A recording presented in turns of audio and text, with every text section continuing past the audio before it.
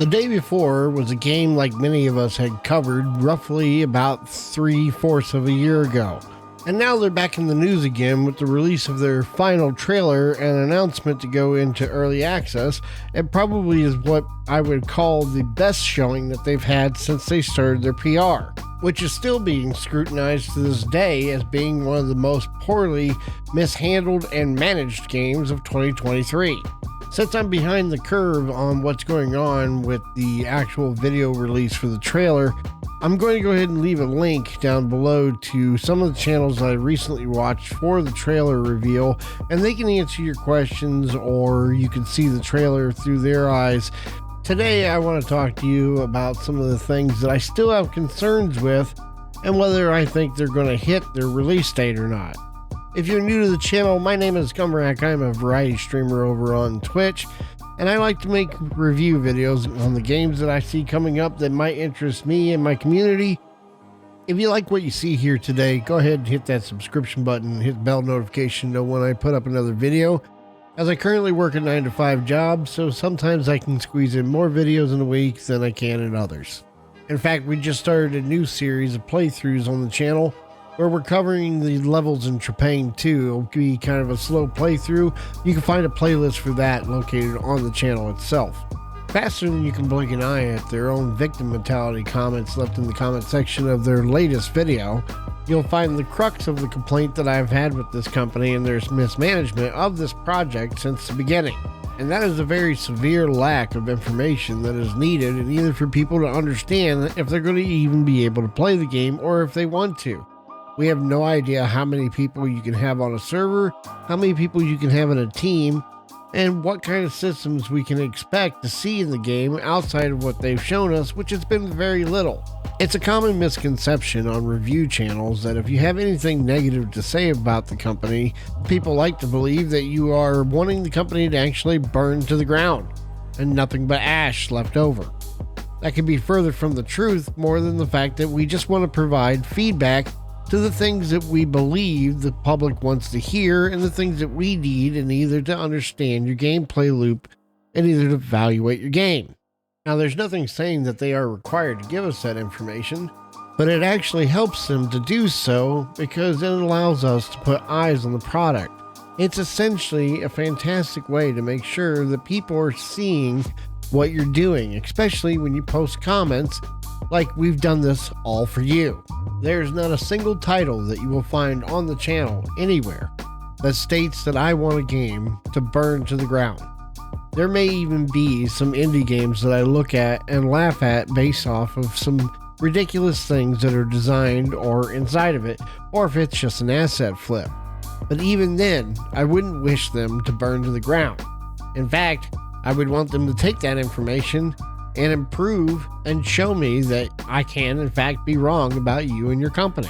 The position that fntastic is in on the basis of the way that the project has been mishandled before now, you will need to do some serious PR work in either to make your deadline next month of December 7th, including the promise of a beta before anybody gets to play it on that date. What people are currently afraid of is the same thing that happened with Dead Matter. What is happening here?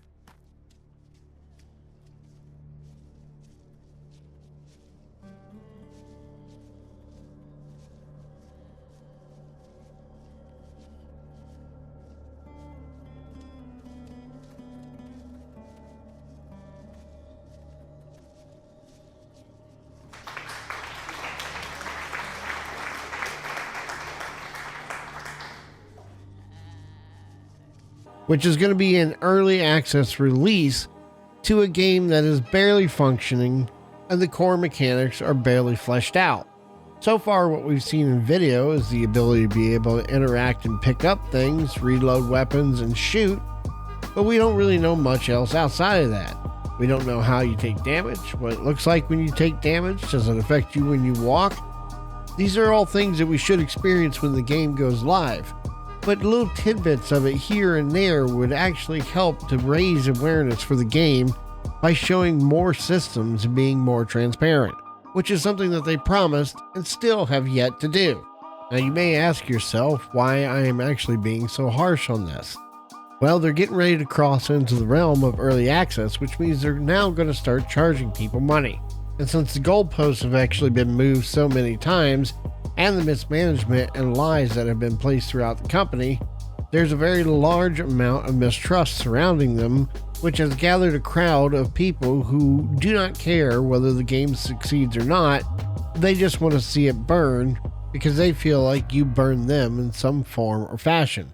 These are also the same kind of people that believe the ridiculous notion that it was a scam up to this point. In fact, no money has been collected whatsoever. The good news is that, believe it or not, the price point, while subjective to each individual person, and most of the time that is based off of how much money they actually make themselves, and either to be able to purchase things like video games, which is today's cheapest form of entertainment. Pre-ordered, the game is expected at around $39.99, so the $40 price point, and then after the launch date, it will be $49.99. Not too bad coming from a world that is charging us currently $70 to $80 for a game and is looking at models and trying to boost up their sales and start selling games at a new price point of $125 fucking dollars. The most recent showing by fntastic and their so-called final trailer was enough to satiate a lot of people and tell them that they were on the path to reconstructing the way that they were handling the PR and the business itself.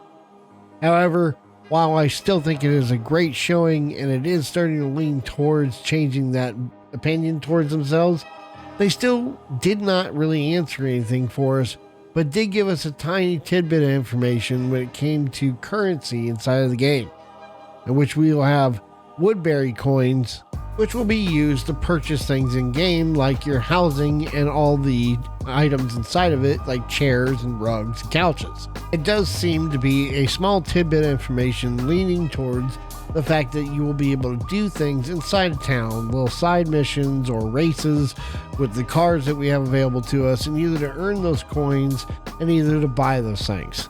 While I have no issue with them giving us tidbits of information, and I have a lot of respect for a company that tries to hide as much of those details as possible so that launch day is incredibly filled with new experiences for the player on day one.